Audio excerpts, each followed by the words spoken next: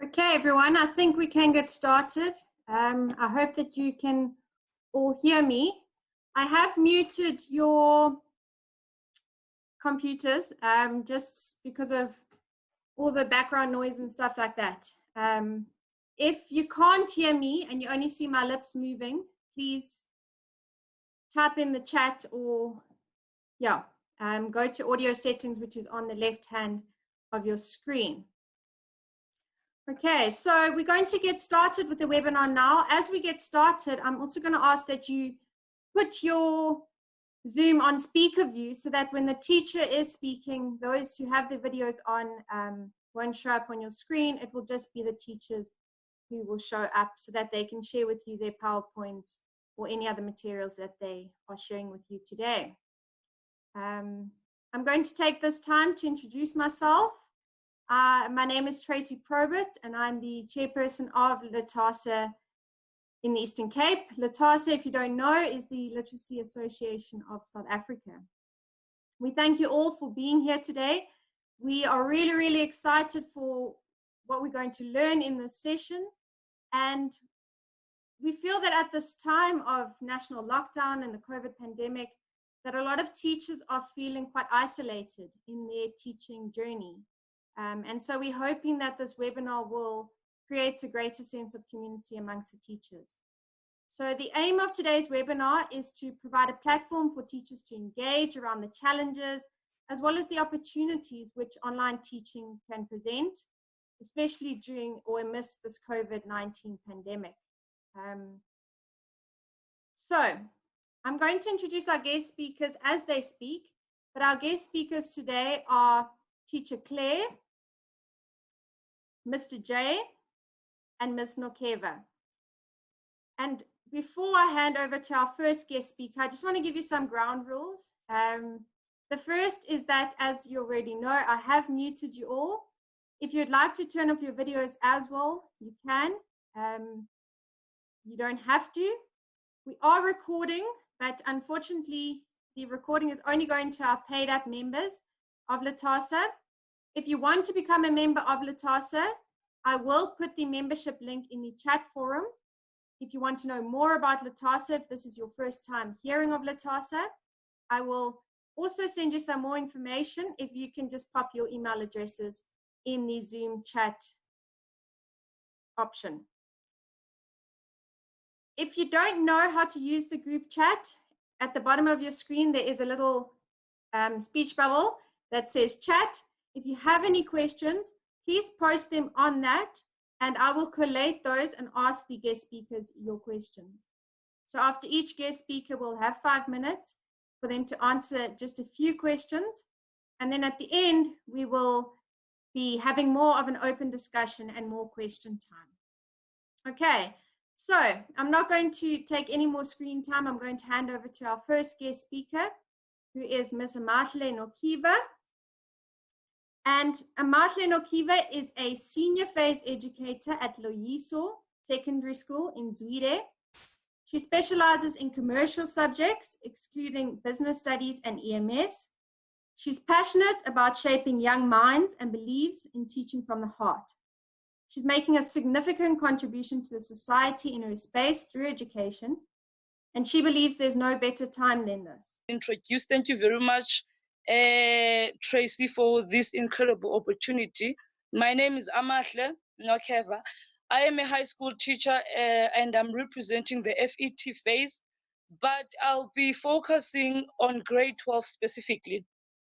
And as we have noticed, and as we all know, it's been very tough the past few weeks. And I think seemingly the syllabus is under a very huge threat. And as a grade 12 teacher, we are very concerned because we are losing a lot of time. And also our learners are also concerned and in fear and are panicking and all that. But it's very important. Curriculum coverage is very important. And I think during this lockdown and the coronavirus and that, it's very difficult. Okay, so now we all know how important curriculum coverage is. And as I've said, it's important. We always We always recommend that we finish the syllabus on time to give learners more space and time for revision. But now it's becoming more difficult because even those programs that assist learners in terms of like camps and extra lessons and tutorials, they are on hold because of what is happening. Okay. Now, what is happening is that during this lockdown, we've experienced a lot of challenges, but what is most important is that we keep in contact and engage our learners. And we have come up with different measures to engage them. And as a high school teacher, I know that most learners do have access to the social media. So I've used that as a contact with my learners, and we've created a WhatsApp group in which we are able to share material, to share question papers. We are sharing all the study materials that they need. But that didn't come with no challenges, because we all know that not all our students have access to cell phones. They do not all have access to data. Sometimes you do send the material, but it does not get through because not they don't have the data. So it's the challenges that we are facing. And also, as much as we want to assess learners, it's very difficult to assess them using the social media platform. We cannot give them feedback that is constructive enough individually because of the problem that we experiencing. So it's been very hard to assess learners. And also, it's not easy to get across all of them because it is not all learners who have access to cell phones. Sometimes other learners are left behind because they don't have cell phones, they don't have data. So it's one of the challenges that I've experienced during the lockdown in trying to be in contact with the learners. Not forgetting that our learners are used to the contact lessons. They are used to the types of methods we use in classrooms when we are at we during the contact lessons. But now it's different. We need to try and be flexible, be able to use any method that is available or at our disposal. So it has been very difficult. And also, it is highly possible that learners, lose interest. They get demotivated, taking into consideration that other learners are coming from dysfunctional families. Sometimes that disrupts the process of studying, especially for matriculants. The fears are high. They need to apply for universities, and also the June examinations have been postponed. So there are many concerns, and also including the social aspects of it. So it's difficult. So it's one of the challenges I've experienced in trying to engage learners during this critical time. But I want to stress that I've noticed one of the things that I portray as a success. It is parental involvement. Now parents are available at homes because remember, before, parents are not always available. They are working, but they are with children. They are able to help and assist them. But we are mindful as teachers that it is not all parents who are able to do that for their kids. So we know that it's the disparities are still too much. So one of the successes I've identified, it is the parental involvement, as well as opportunities. We all know we're living in a digital world. So because of that, we have access to other materials such as the social media platforms, whereby we are able to be in contact with our learners. And also, I've been introducing my students to this app, Zoom, whereby we are able to see each other and also to explain complex concepts. That it's not possible to do that without being, at least being able to see each other. So it's one of the opportunities I have identified, and that learners are able to access lessons from radio stations and also from the TV programs. But these need to be communicated in time so that they are able to tune in and also catch up on these programs. So it's been it's a beautiful I think it's beautiful because we're able to to be in contact with learners in a personal level. we are able to separate, individually checking up on them, on their progress, how are they doing. And also what I do is that I send them the voice notes on lessons explaining, because I'm doing economics, so I need to be drawing graphs and all that, and they need to learn, how to draw those graphs. So it's difficult in that aspect that we're not, in the same space with our learners, but we are trying as much as we can to make sure that no child is left behind. So I think that is all. Thank you very much, Tracy, for the opportunity. I'll accept any questions. Oh my God, I saw them, honey, but I can accept any questions. Thank you. Thank you so much, Amahle. Amahle, there are two questions. The first is, how do you think the lockdown will affect your 2021 class? It's it's going to affect the 21 class very negatively, because remember, this is the time we should be using to train our kids, to teach them, but there's no sufficient time and they are losing out on important things. So we're going to have I don't want to say a weaker class, because children are different. Sometimes you get good quality students and all that, but you know that you have struggling students that need time, that need attention, and that's not what they're going to get this year. And it's going to affect the results. It's going to affect, the teaching and learning process. Okay. The second question, it wasn't on the group, but it's actually a question I have for you. I do see there's another question, but my question for you, Amahle, is you work in the Zwide township, and I assume a lot of those students don't have access to things like laptops or smart cell phones or anything like that. So how are you providing resources and teaching to those learners? That's the challenge that I've identified, because you find that not all your students have access to these digital resources. Some students do have cell phones, some do have laptops, but others not. And in this instance, they are being left behind because they don't get the information, they don't get the material you send. You see, so it's very disturbing, and it's not even helping, so it's been very difficult. I'm not gonna lie. Okay. You've got some more questions coming through. Yes, the other question saying, have I been receiving any support from the school or the district? I'm not going to lie, I haven't been receiving any support, so I'm doing everything myself. I'm contacting learners on my own, by my own means. I'm trying as much as I can, because I know that it's, especially the matriculants, it's very hectic for them. It's a critical time. They need to be, to be attended to. So I'm doing everything by myself. And another question says, could learners take textbooks home? My learners do have textbooks. They do have a lot of material. They have study guides. They have, all the resources that they are using, to supplement this time. So I'm not worried about that, because they are sorted. And also, I'm also here for them to help them. They send their voice notes if they have questions. We tackle the questions together as the class. So it's quite going well in that aspect. Okay.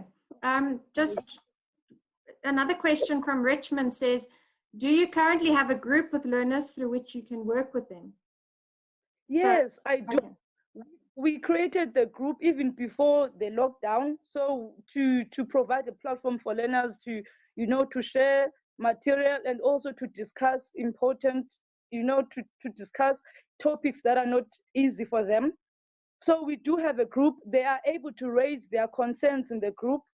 We also, suggest if there's any important material that they don't have or someone else does have, they are able to share that material with the rest of the group. Okay, great. Yes. Last question, Amahle. The comment says, many parents have vocalized the worry that different subject teachers send through large amounts of work and they don't know how to divide the day. Do you have any suggestions? But we have I think we have a lot of time now, because learners are not at school.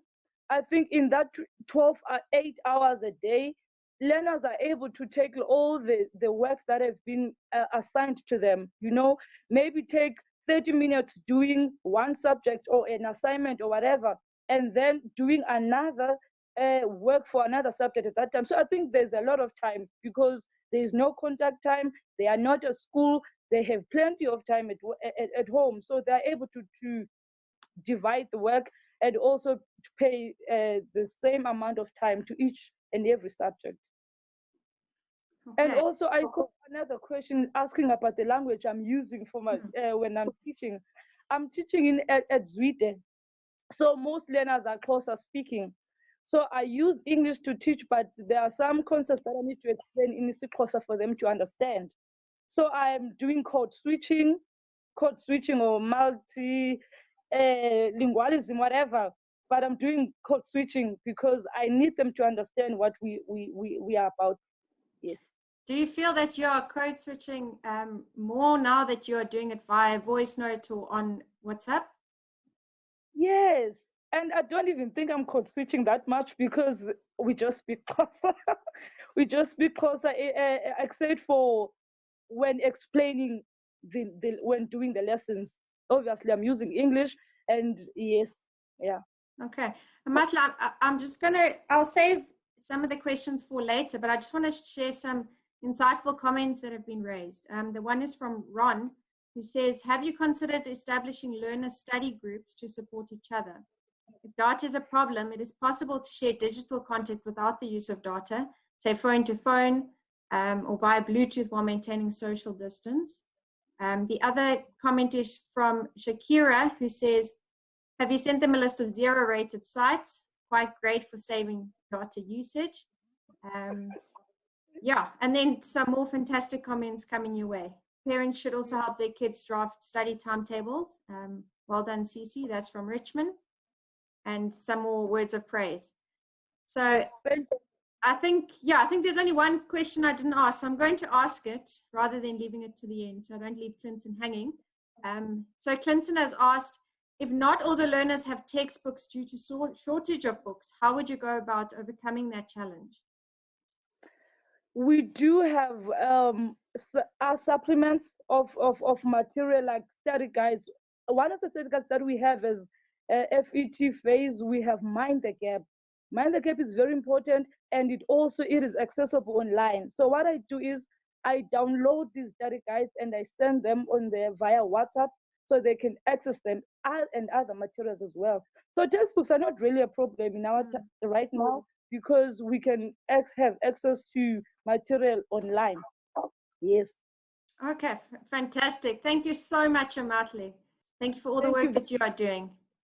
Thank you. Thank you very much. Thank you for sharing with us today. We really do appreciate it. Thank you. You're welcome. Thank you. Okay, I'm now going to hand over to Jamela, who is the Vice Chairperson of the National LITASA, to introduce our next guest speaker. Hi, good afternoon. I hope everyone can hear me. Yes. Thank you. I would like to welcome Jaren Gangia. Jaren is affectionately known by his students, his learners, as Mr. J. He's an intermediate phase teacher at Charles Duna Primary School. That is in New Brighton Township in Port Elizabeth. Jaren teaches grade 7 science and technology. He's head of ICT integration at his school, and he has also introduced his school to robotics and coding. Because Jaren has a teaching philosophy of inclusion, he has carried that same philosophy over in his online interaction with his learners. So he makes sure that it is contextually and culturally relevant, it's empowering, it's emancipatory, and that it speaks to who they are, where they come from, as well as how they view and experience the world from their context. He is very big about community involvement. He's very big about the integration of technology and ensuring that all communities have access to technology. Over to you, Mr. J. Good afternoon, everybody. I'm just going to share my slides quick so I can start the presentation. I hope everyone can see them clearly. Yeah, that's Perfect.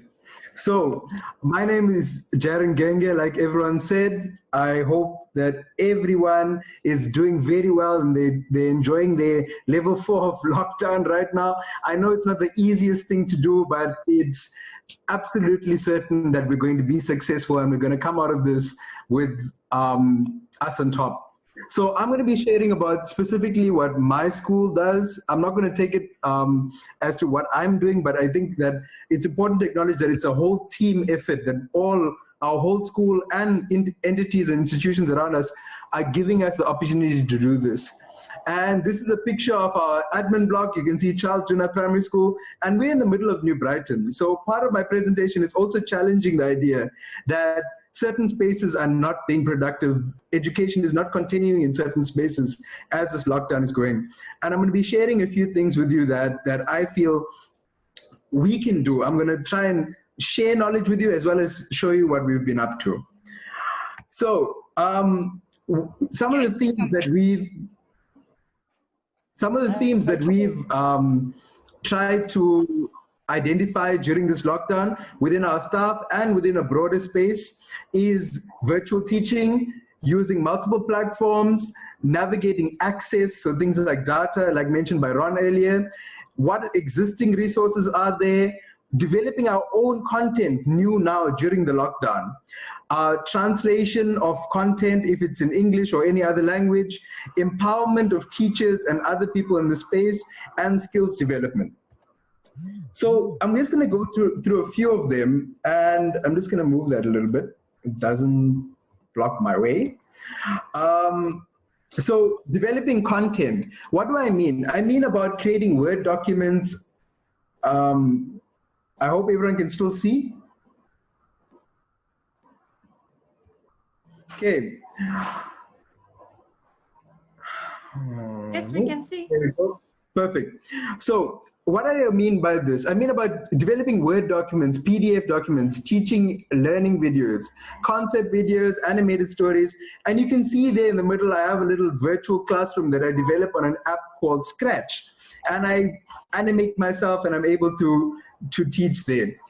Voice notes, concept cards, pictures, and mind maps. And these just allow our learners to, when we talk about multimodal learning, it allows them to be able to access the knowledge in multiple ways, whether it's audio, visual, just visual, and get across to them wherever they are.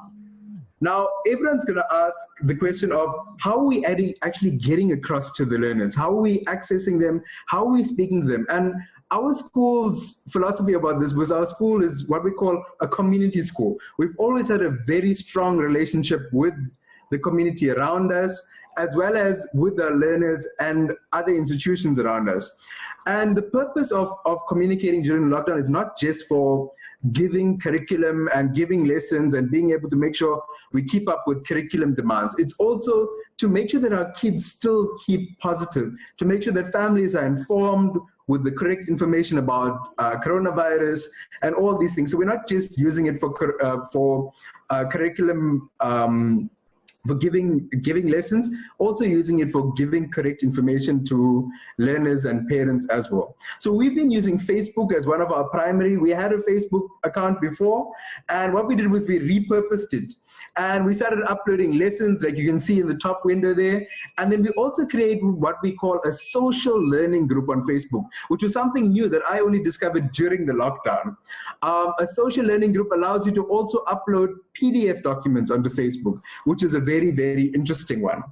Apart from that, we're using technology creatively. For example, apart from just teaching learners, we're also having our own staff meetings on WhatsApp. We're using voice notes and text messages to be able to run our school basically virtually on one side and be able to communicate with staff and then plan forward without actually seeing each other. So you can see my WhatsApp window there and the mind map, which is our minutes for the meeting. Apart from using WhatsApp creatively, we're using it as well when our kids send feedback to the lessons that we're doing to mark the work that they send pictures of. So it's one of the really fascinating things that are happening and how we're using technology creatively. Now, feeding on that, I want to just go down to another piece of it. So creating our own content. We know that we still function in a world where copyright is a thing and where we have to be careful about stepping on toes. So the picture of the shelves below were shelves that I had in my house, and I was teaching technology structures, and I took a picture of the shelves as a form of shell structure. Also creating videos, for example, using our laptops, video projects.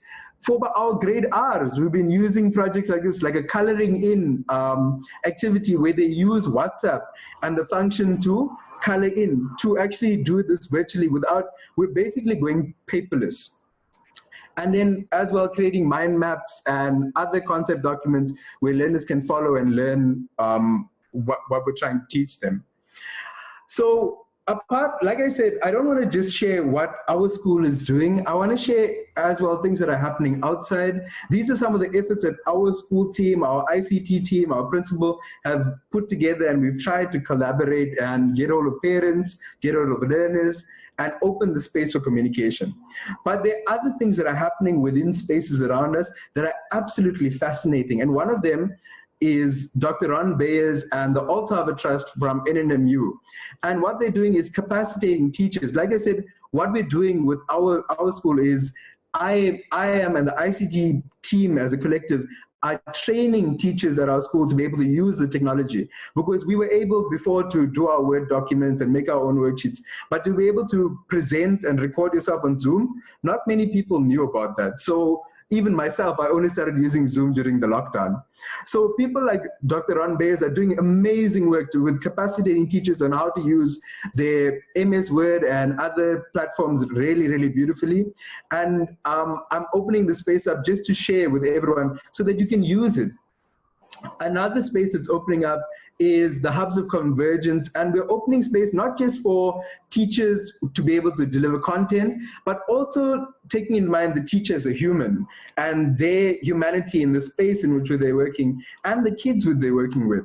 So asking the question about the psycho-emotional and social support that teachers need and schools need and educators and learners within all of this that's happening to us at this time during the coronavirus outbreak. And I think I just wanted to share my thoughts and my insights and how we've succeeded during this time with you. And I wanted to give you a hope. My whole aim for today was to give everyone hope in this space, to make sure that everyone stays motivated and make sure that we keep this positive flow going until we get the kids back to school.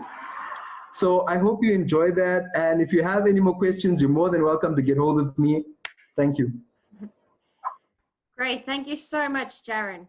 I've got a few questions for you. Yes. Okay, so I'm going to start with Caitlin's question.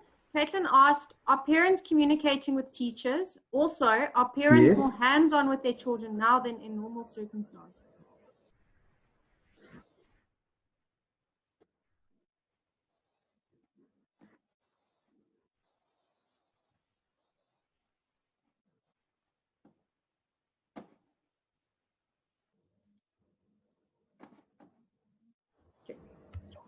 Okay, you're back. Hear you? There you go. I can hear you. Can you hear me? Can you hear me? Yeah. Yes, absolutely. Okay. Can you repeat those questions, please? Sure. I've got quite a few. So I'm going to start with the first one that was posed, and that is, are parents communicating with teachers? Are parents making an effort to be in contact with teachers? Yes, we do have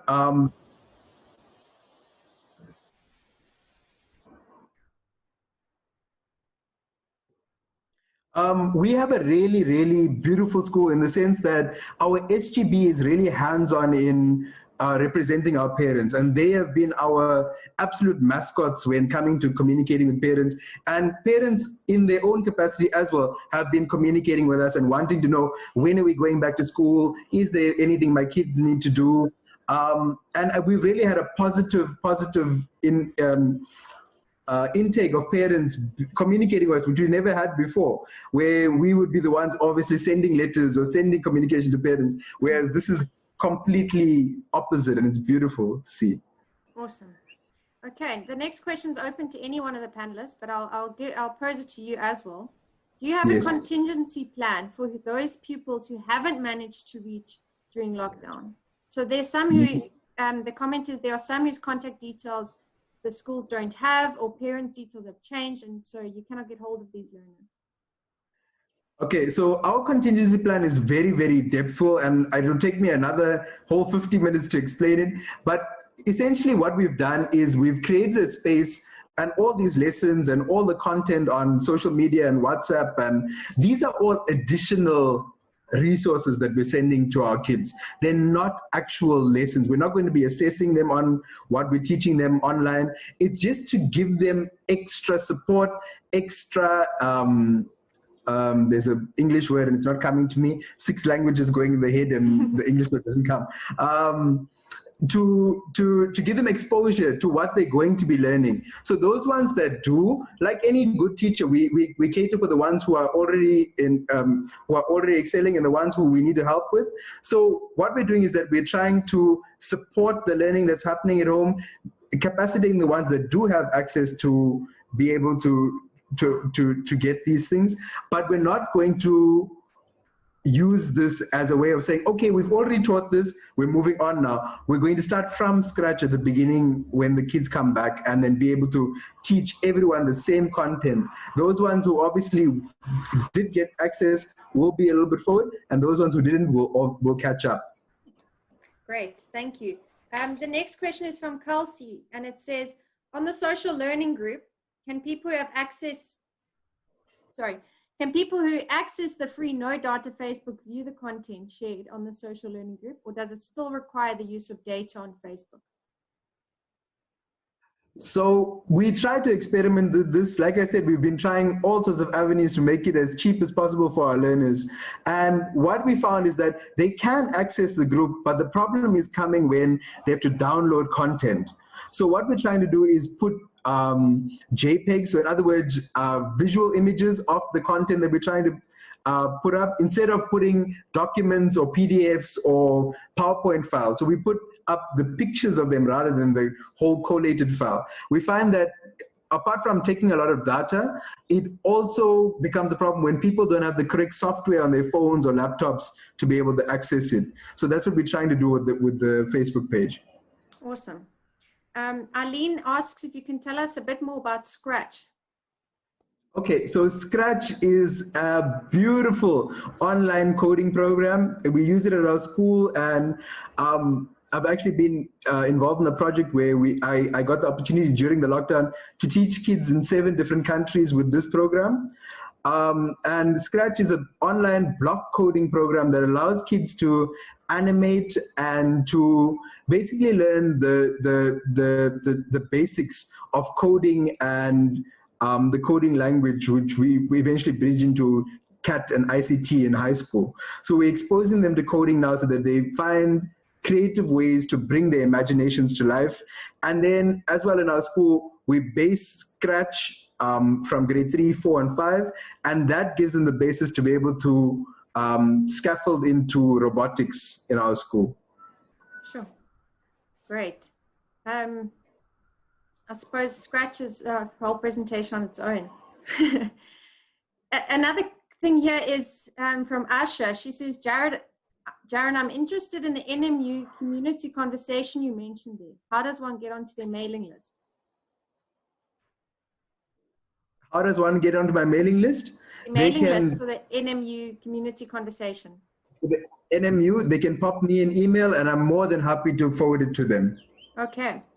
And then Richmond says, Jaron, what you're doing is commendable. Moreover, your school is in a township, but you're using technology optimally. You can only go forward.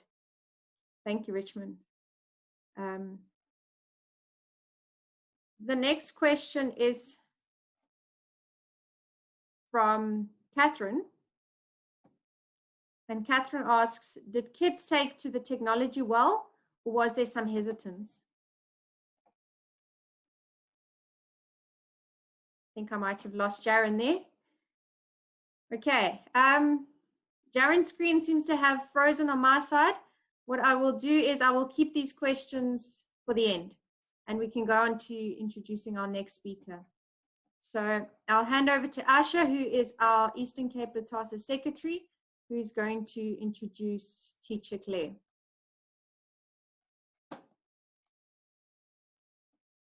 Hi, everybody. Afternoon. I'm Asha Stradom, and I'm going to introduce Clarissa this afternoon.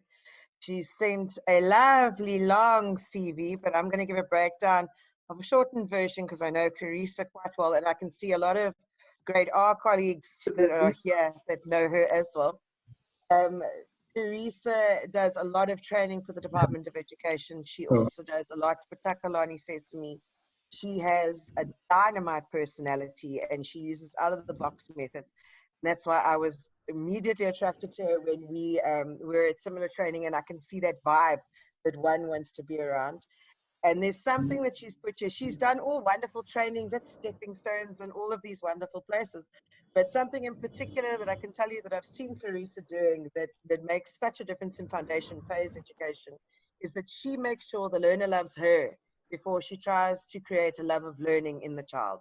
So that individual relationship with children is Clarissa's special tactic, and I think she'll be telling us more about that in her presentation. Clarissa.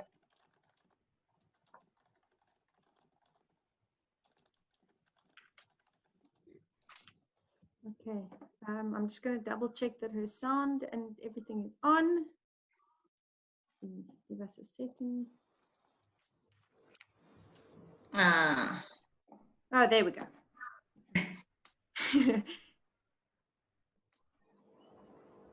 Okay, Clarissa. Hello, everyone. Can you hear me? Yeah. Yeah. Okay. Thank you, Asya. I think that's more than what I've expected, but thank you so much. So, like you all heard, I'm Teacher Claire. Everyone knows me as Teacher Claire. Some of the kids even call me Ma Claire, but that's a story for another day. I'm teaching at Adolf Shorter Primary, which is in Shorterville. I've been a learner there myself many, many years ago. And when this lockdown started, the first thing that came to mind for me was I cannot not be in touch with my kids. That's a no. So I decided to, as I have a WhatsApp group and I'm always in contact with my parents, I decided to do little videos on the groups. Now, the reason why I did videos was, firstly, I know language is always a problem. So I wanted the kids to be able to look at the video and hear me and be able to repeat after me when needed to. And then also this will help the parents then in a way for them to explain the way it should be or the way that I do it in class. I know we all do it differently. But another reason was I wanted my learners to see me. I didn't want them to forget about me. You know, I love them so much. And I've also encouraged the parents to just send me little videos of them and little pictures. So that's what they did. We had that, like Asha said, I strongly believe that kids learn from people they love. And you know that out of sight, out of mind, I didn't want that. So that's why I decided on videos. Also, videos is much cheaper than doing live streaming. So, and I tried to keep the videos about 10 minutes, not more than 10 minutes.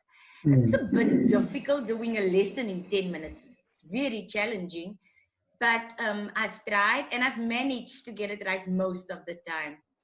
The challenges I had was, now I'm not going to be able to reach everyone. I know that. And that some of the parents on the group, they even send me messages as to data is a problem. They won't be able to do it every day. And some of our parents also are essential workers. So they're not at home during the day with the little ones. And will the older brother or sister or the granny be able to help? So I've encouraged that if whoever's at home, any parent that's at home or any adult or any brother or sister, keep their WhatsApp number. So let the learner just look at the video. You don't have to do anything. Let them look at the video and they will do it from there. Then I read on Facebook, it was actually on one of Asya's posts, that it gave me also an idea to put the videos on Facebook, because there are other teachers and parents out there that also need help. So I decided to post the videos on Facebook. It was a challenge. Challenging in the way that now this is where you sit and you think that, I'm going to be judged. We don't all teach the same. There's teachers that will feel that, I could have done that better, or all of that. But I thought to myself, it's not about them. It's not about me. It's all for the kids. And I'm doing it anyway. So I did it. And it really, really helped. I have so many success stories with this. First of all, the parents that we couldn't reach. In our community, we have a little, a guy that has an office, and he then offered to do some printing for the learners. So, you know, in our area, news, they spread very quickly. So what we did was, we send via WhatsApp, work through to them, they print it, and then whoever come fetch it, and then you just spread the news. There's work for grade R there, there's work for grade 1 there, and that's how the news just went. And most of our parents in our area had access to it. However, we are trying to get hold of someone in the townships that can maybe just do the same. Am I still in? You're still there, Carissa. It's still just your there? video's not showing. Someone's shared their screen, Tracy. Yeah, someone is sharing their screen. Thomas, can you switch off your Thomas screen? Matthews.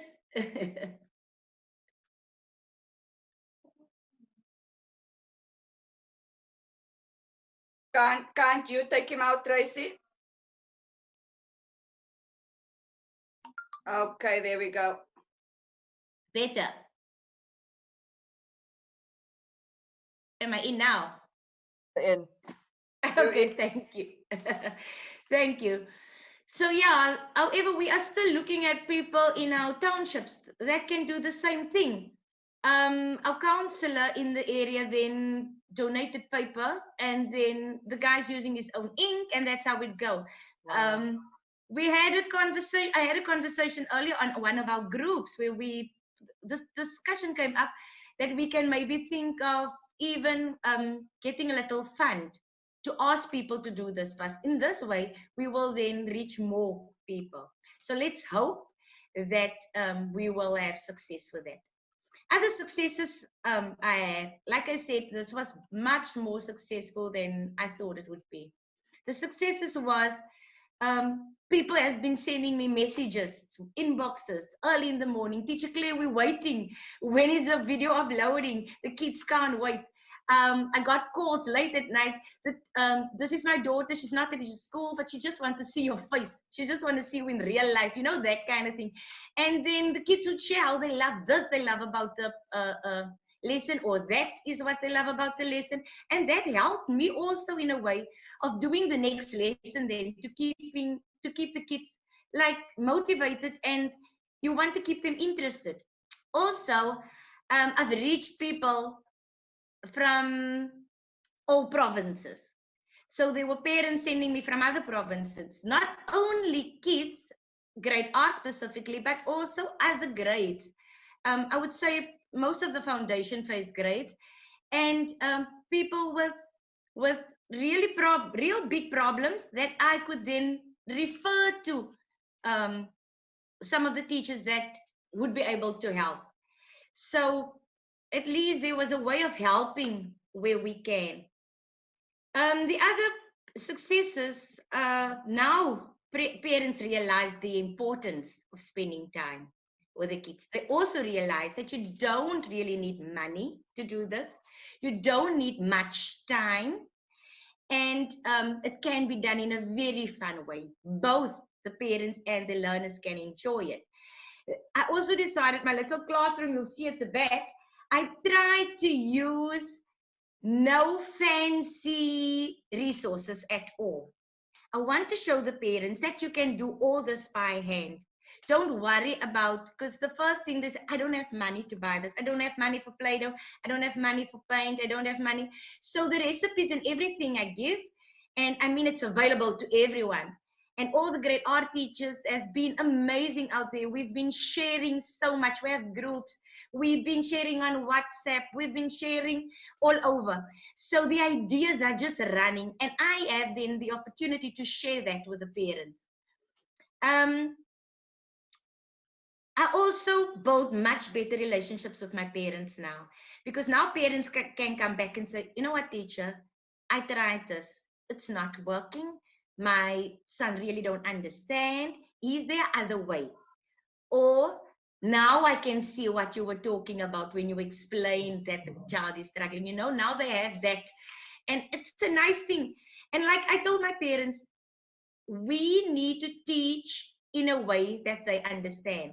So if you've been learning them something and they didn't grasp it, change the method.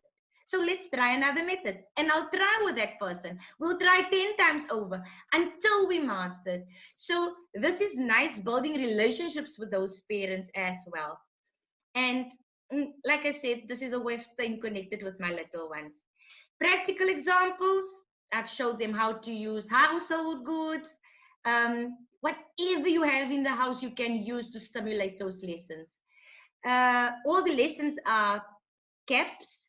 So if now parents are also CAPS trained, they know now how to teach those little ones with the lessons that we're doing. I gave them so many ideas on games, you know, the old hopscotch that you just need to draw outside. You can even do it inside.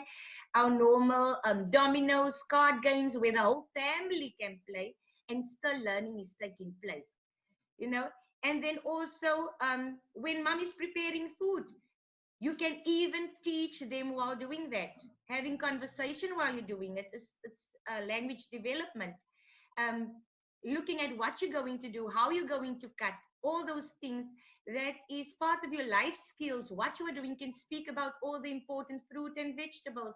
And then also, if mommy just say, pass me 2 apples or 2 potatoes, 1 onion, there will our maths come in. So even if you just, I've asked my parents, even if you just make them a sandwich, cut it in triangles, speak about it. Cut it in little squares, speak about it. Learning takes place every day, all day.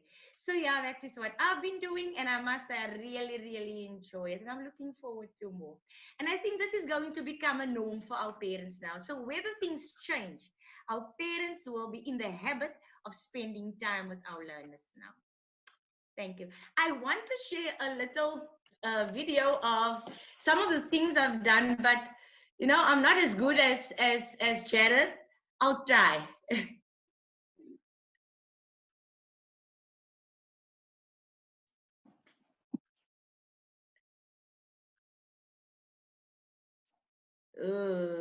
Are you sharing your screen? Yes. So the green button at the bottom that says share screen, you just I clicked on it. there we go. It's going in. Okay, getting there.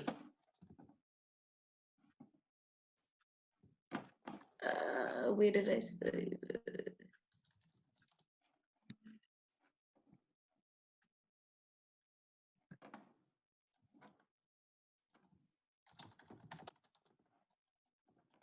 Okay, it's loading. Fantastic.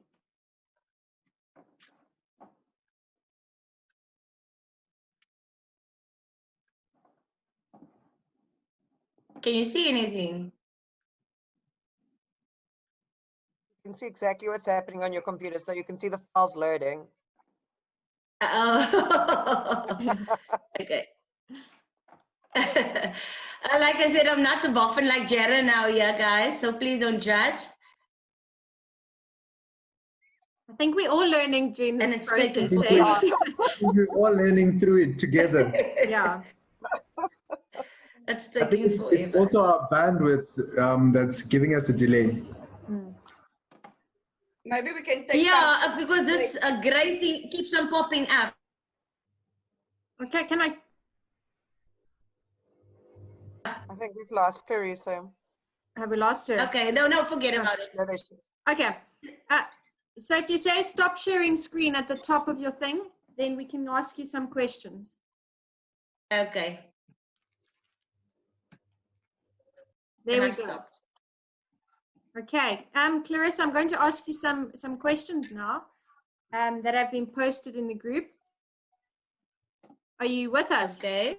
Oh, you are. Okay.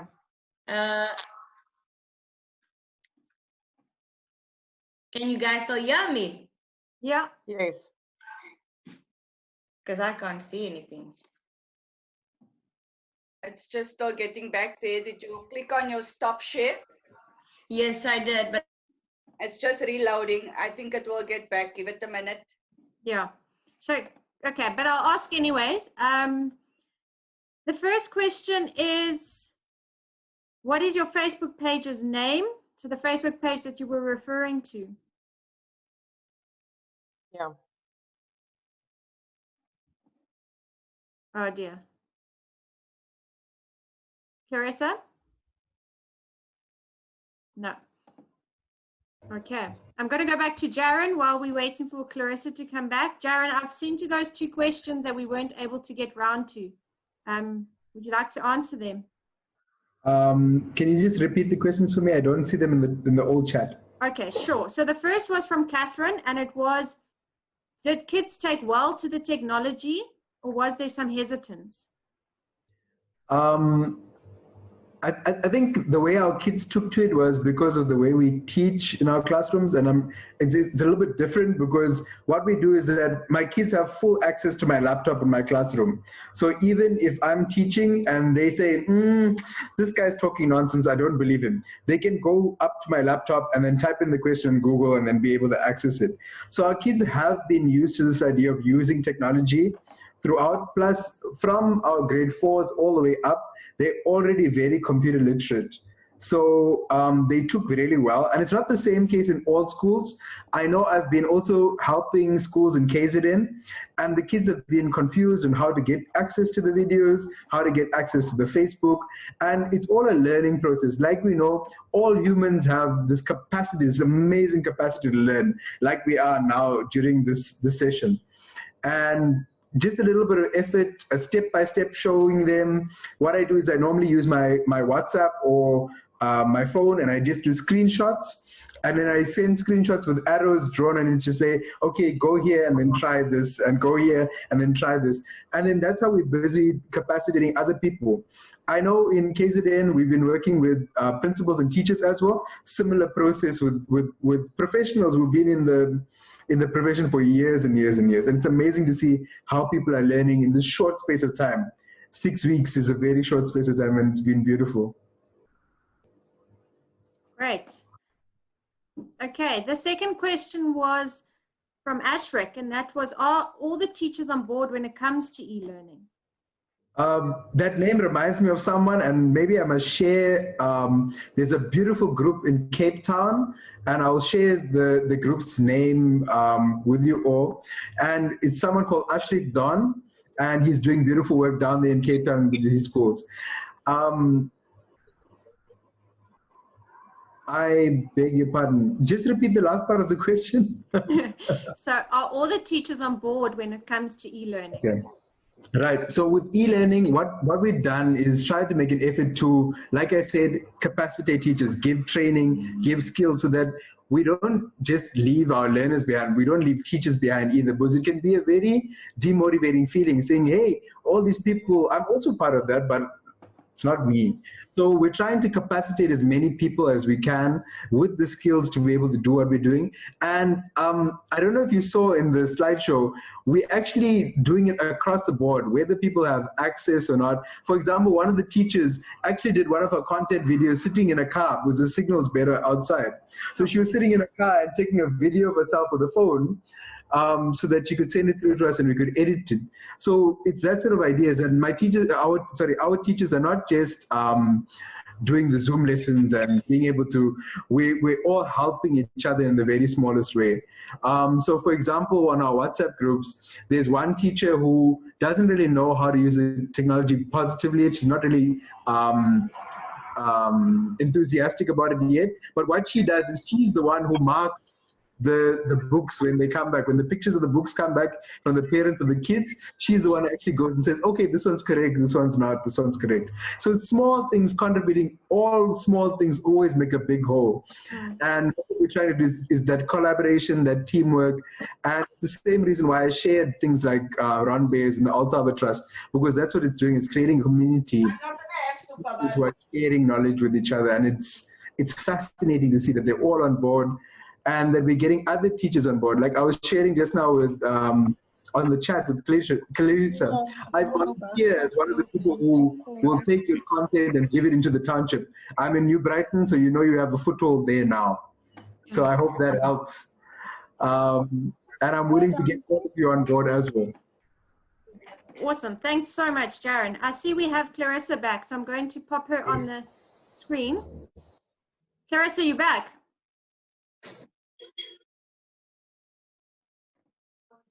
Are you back with us? Yes. Okay, fantastic. I'm going to ask you. I'm so sorry about that. Not a problem. Some questions that were asked. Okay. So the first one was from Asha, and she was asking, what is the name of your Facebook page? Okay, it's Teacher Claire's Teaching and Learning.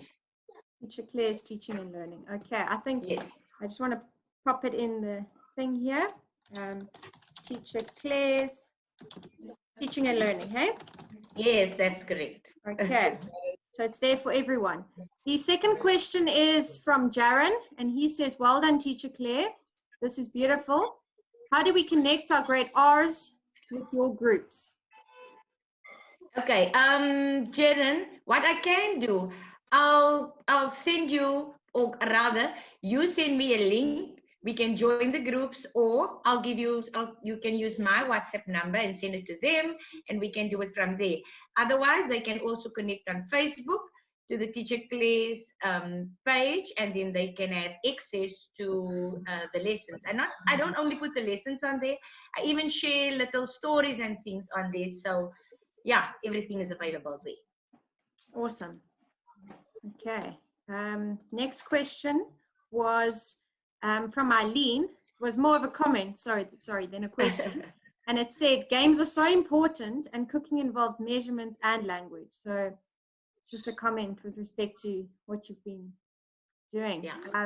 The last one was from Ron, and it said, have you considered working in the minds of the learners by producing a podcast or sound file, which can be shared via WhatsApp, approximately 1 meg per minute?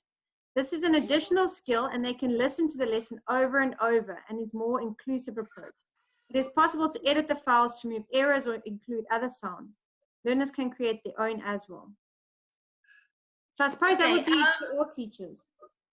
Yeah, okay. I think that's where Jaron will come in now. So he will be assisting me with that. I haven't, but I'll try it. And I'm always open to new things.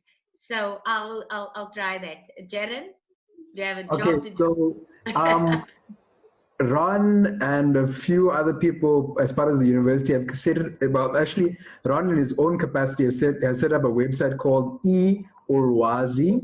So E-Ulwazi, where we've created content and uploaded it to share, either for learners themselves, so like our lessons, the videos like that, or the training like this, where we're talking about podcasts. He's made what we call a cheat sheet.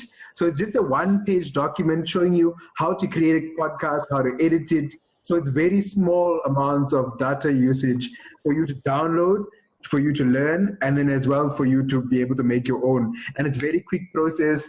He also does one-on-ones, and I'm more than willing to help you as well. So like I said, we're more than willing to collaborate.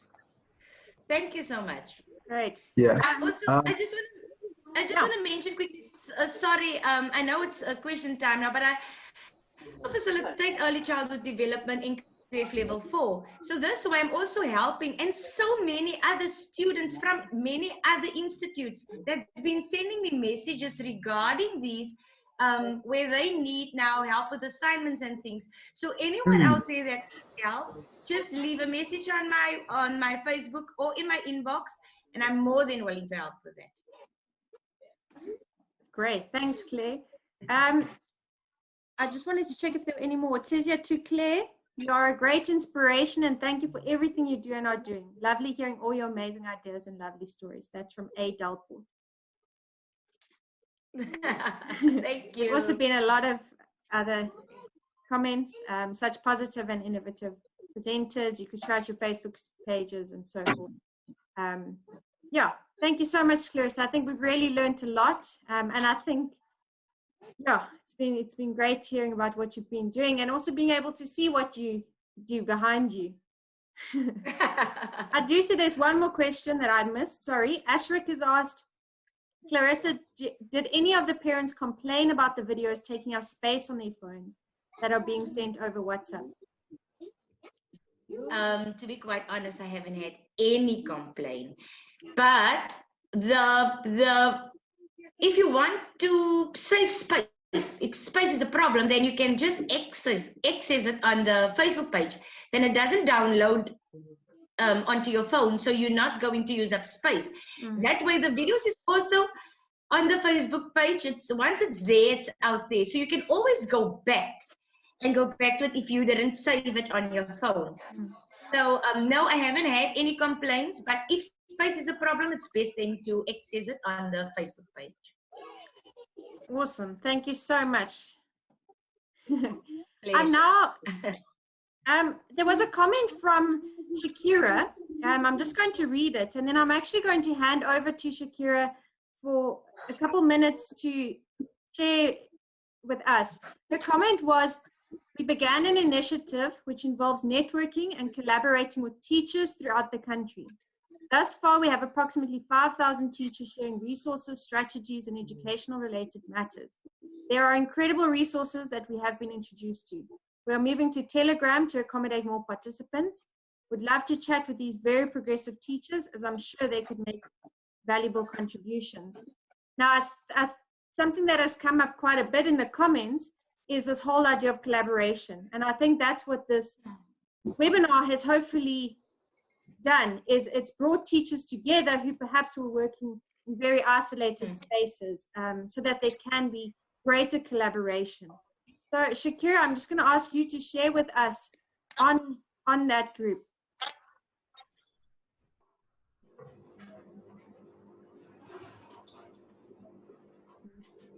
Check if I've got Shakira.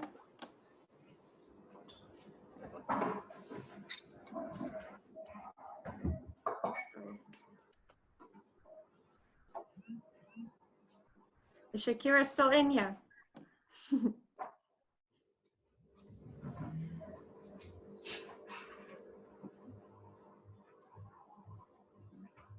We might have lost her along the way. Tracy, Claire's on the group too. Okay. I think Claire, if Shakira's not there, me or Claire can talk about the group. Okay. Sorry, Tracy, Yeah. were you looking for Shakira? Yes, I am. Yeah. She's in Oman. She just sent me a WhatsApp. Sorry, I just went to break my fast quickly. She's in Oman and she just lost signal. Okay. So either Asha or Claire, would you like to share with us about that group? Asya, Yes. You want if me you to don't talk? mind. No, If you it's don't fine. Well, what's happened, there's been a body of teachers right over the country that have started forming WhatsApp groups, and it started about 7 days ago as a teacher group. And then this group started getting so immensely massive that it started breaking down into the different phases. And it got bigger, and now it's broken down literally into the grades, and per grade is up to 5 groups running. But there are masses of the most amazing material getting shared, from FATs to suggested lessons to resources to websites to anything that you can think of is getting shared. It was shared. Clarissa's talking this afternoon was shared, for example, on that thing as well. So it's an amazing portal. The invite, you have to use the WhatsApp link to get in.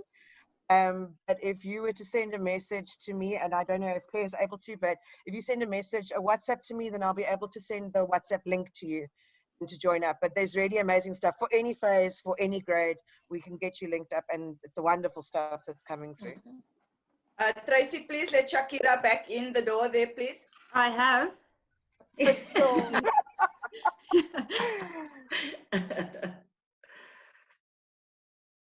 She is in. I think she might just be connecting to audio.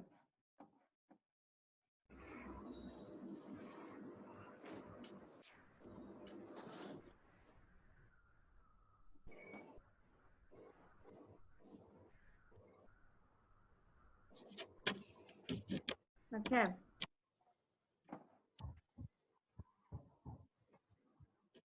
Okay, I see there are some more questions. So while we're waiting, I'm just going to continue the question and answer session. And for now, if Clarissa, if you, Jaron, and Amatle has had to leave us, which is why she spoke early on, due to connectivity issues.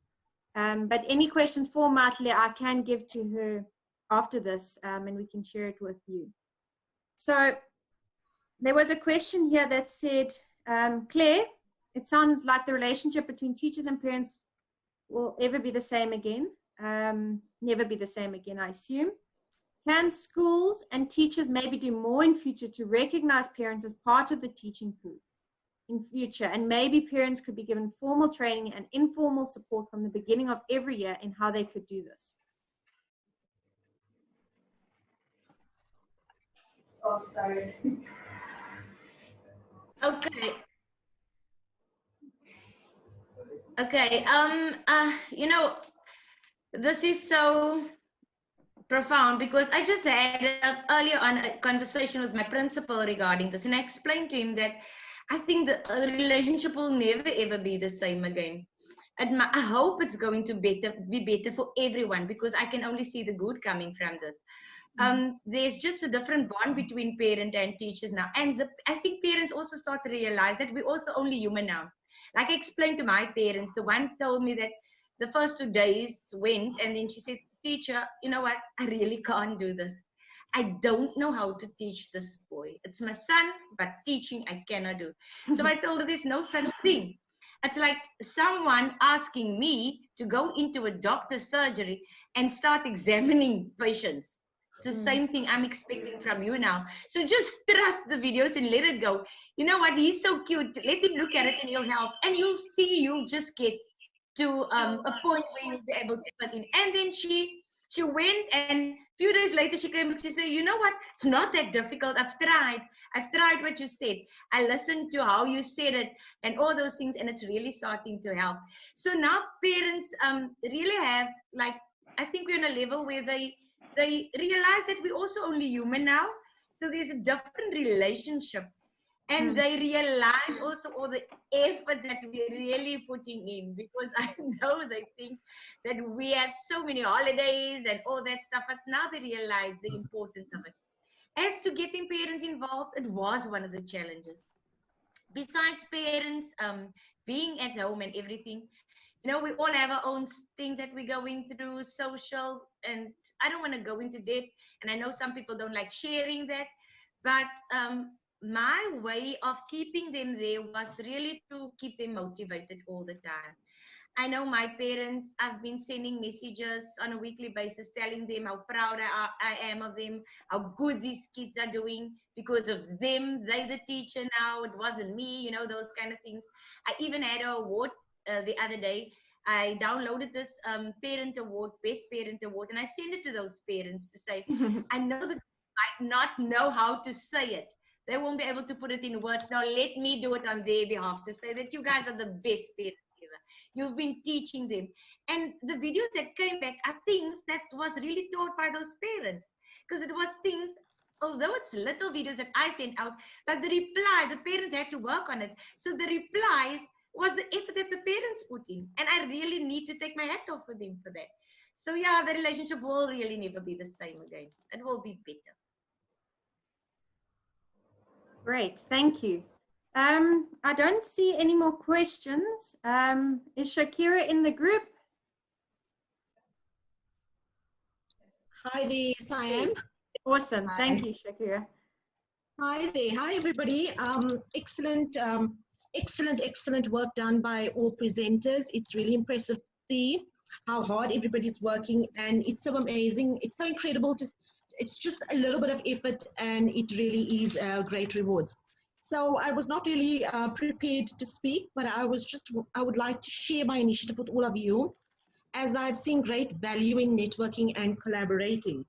So what the initiative was, a few weeks back, I decided that I've come across such incredible resources, and it has such great value. And there are many teachers that don't know, they're not aware that it actually exists. So what I decided was I wanted to provide support and advice and guidance, and I wanted to create a platform to share ideas and resources and best practices with colleagues. So I asked one of my ex-colleagues to create WhatsApp groups. So we started off with just one group, and in like 10 minutes, it was full. We added another group, we called it the Teacher Collaboration Group. Together we are our own greatest resource, and I firmly believe in that. We really, what we've discovered from these groups has been so incredible. So we started off with one group, and we have 19 groups at the moment. We are with about 5,000 teachers across South Africa. And why across South Africa, not just in the province, was because I always feel that in the Eastern Cape, we sort of left behind. And when I saw Western Cape's portal, I was super impressed. And I felt, why do we in Eastern Cape not have that sort of portal going on? You know, what do they have that we don't have? I also wanted to share that with other people and with other teachers, because it's so incredible. And obviously now with the whole situation, and I missed out on a lot of comments over here, so if I'm repeating, I apologize. But it's so incredible that I wanted other teachers to be aware of it in order to use it in the space that they're currently in. A lot of teachers, yes, are working in the online space. A lot of teachers are unable to, but are trying their best, as we've just seen. So from that collaboration and that networking, we have come across such amazing resources that we did not know about before, and a lot of teachers are not aware of. And I've seen how they are then in our groups, they are creating further groups. So they are creating subject groups. Great need in the FET phase. Learners are trying to get into the groups. They are asking us for assistance. Teachers from underprivileged schools, they don't know the most basic website, education.gov.za. They don't know about that. So it's so incredible to just share that. From this platform, we are now moving over to Telegram tomorrow or the following day to accommodate more members, more participants, because as WhatsApp just takes 257, and we've maxed out all of our groups, and there are people that are like pleading with us to create more groups. A great need for grade art collaboration. I've seen it, it's incredible. We had to add an additional group. We've got a volunteer to be admin on that group. What we encouraged people to do was then collaborate further. So what happened with the initial groups was they took it further. Teachers started creating like social science groups, and we encouraged them to then take it out of the group, because those were the resources that they actually needed.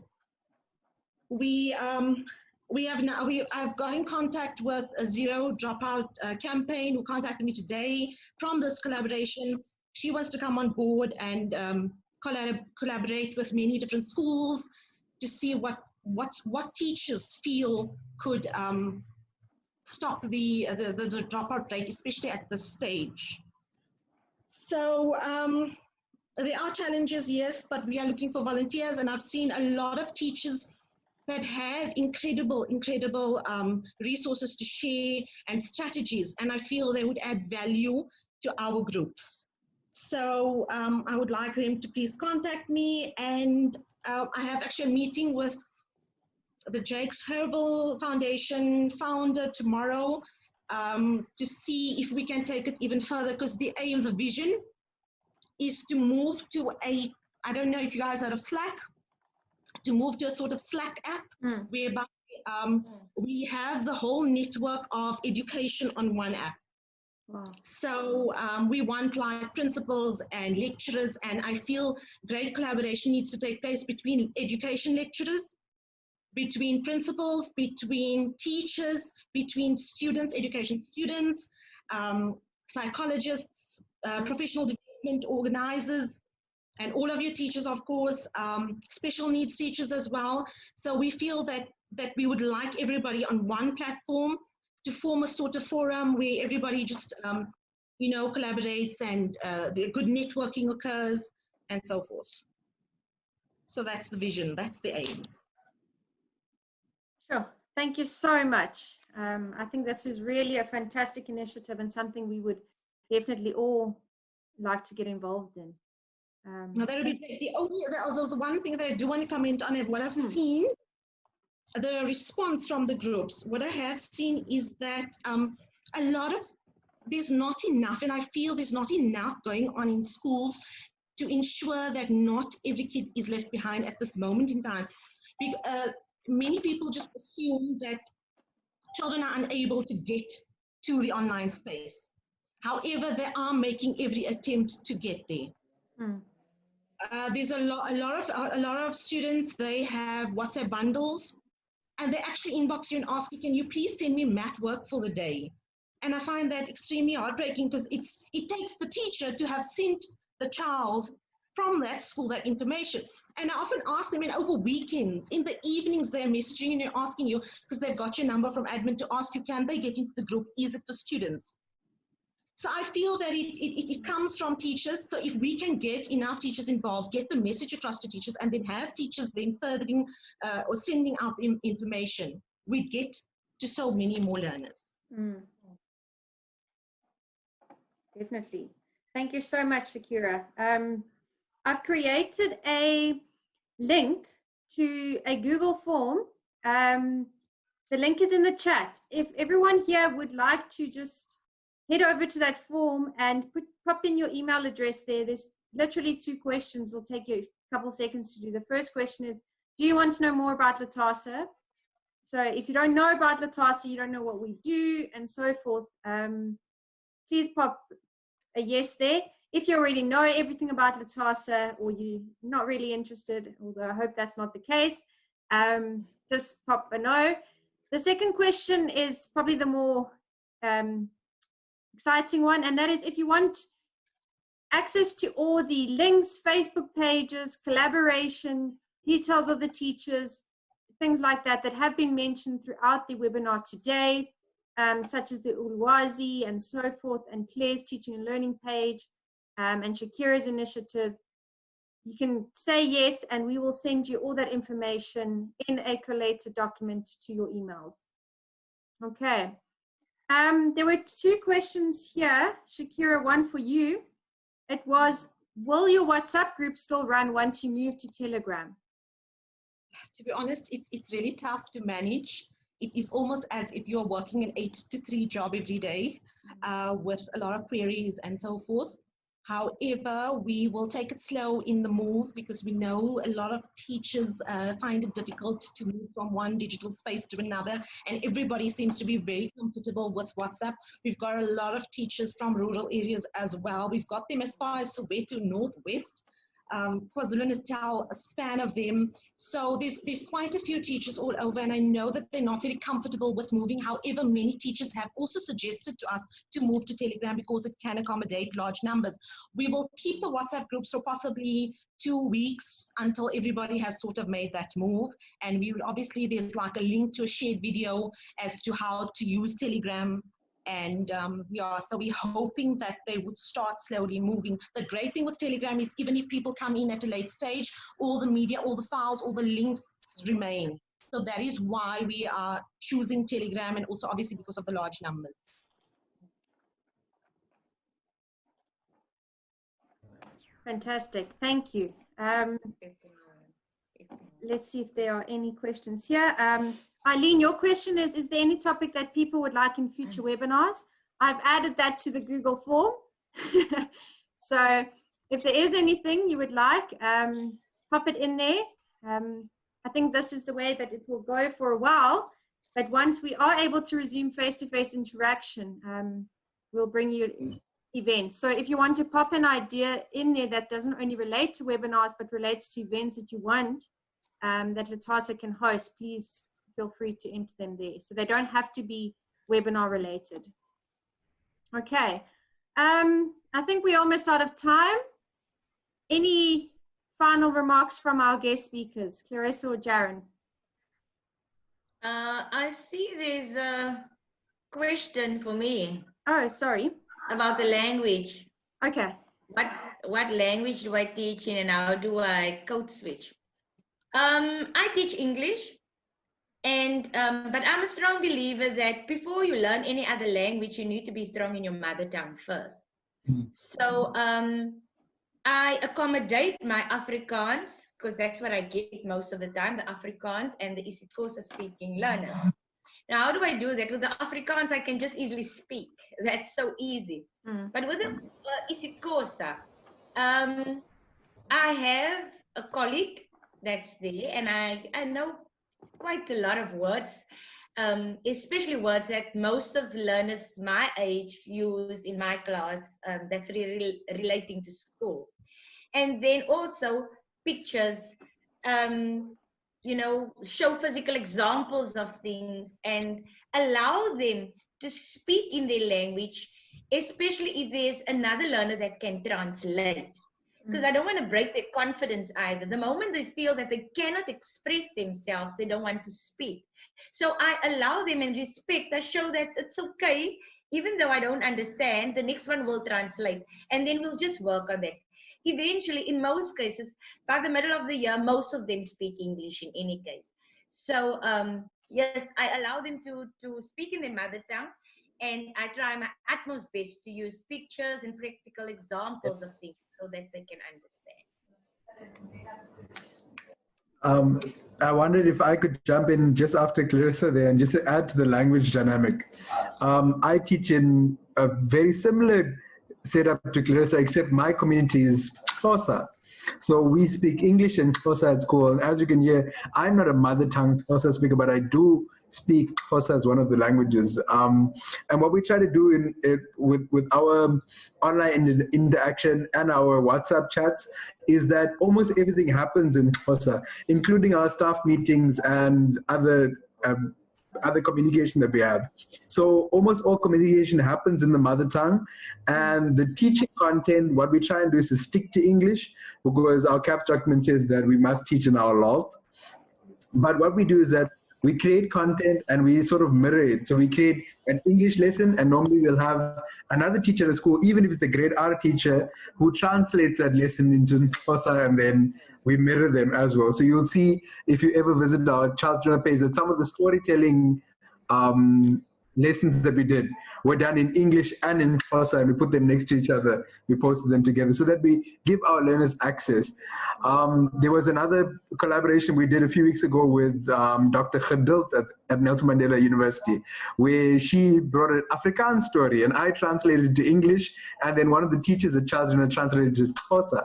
So it's that sort of idea of translating and then being able to share across the board. It's amazing. Even our parents are helping. For example, when the teachers aren't available, one of my parents actually helps me to translate because my grammar isn't really good in Xhosa. And it's amazing to see how people are willing to help in this time. Great, fantastic. Final comment in the chats is, I really appreciate how these teachers value mother tongue based teaching or even code switching. And I agree with those sentiments right there, especially in this multilingual society. Okay, so I'm going to now hand over to our Vice Chairperson of the Eastern Cape branch of LITASA, Nadima, who is going to do the closing. Thank you, Nadima. Good evening, everybody. I can't believe we've sat here for an hour and a half. It doesn't feel like an hour and a half because I've sat here and I have a full heart and a busy head and I'm scribbling notes, and I'm so excited because I'm in teacher education. I teach the foundation phase pre-service teachers at Nelson Mandela, and all I know is that if our students go to any of these teachers and many, many more that we don't know, that they are in wonderful hands. And I'm really glad that we've been forced into this online world where we can bring people together that perhaps we wouldn't have done in such a way. So to look for the blessing that's hidden in a little bit of discomfort and sacrifice we're all going through.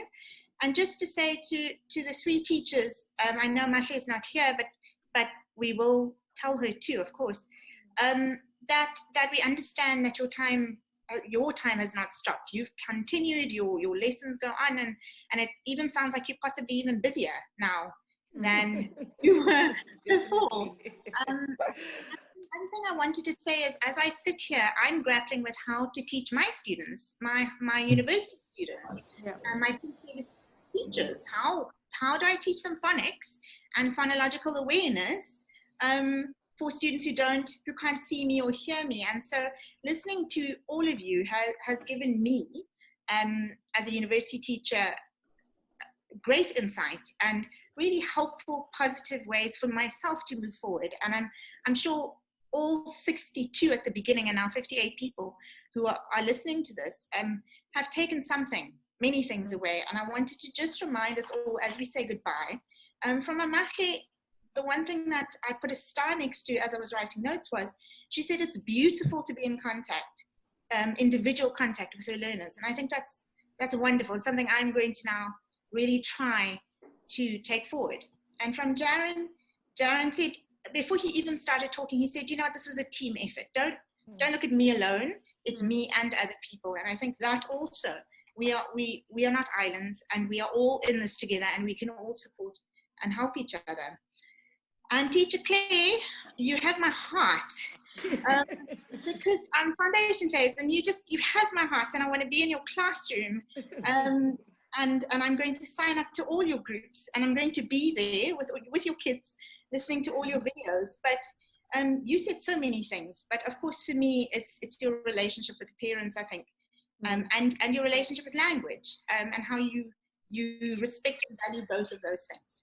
So from the bottom of my heart, I want to say thank you as a teacher, and as a person who's trying to find hope in this time where we literally can't leave our four walls.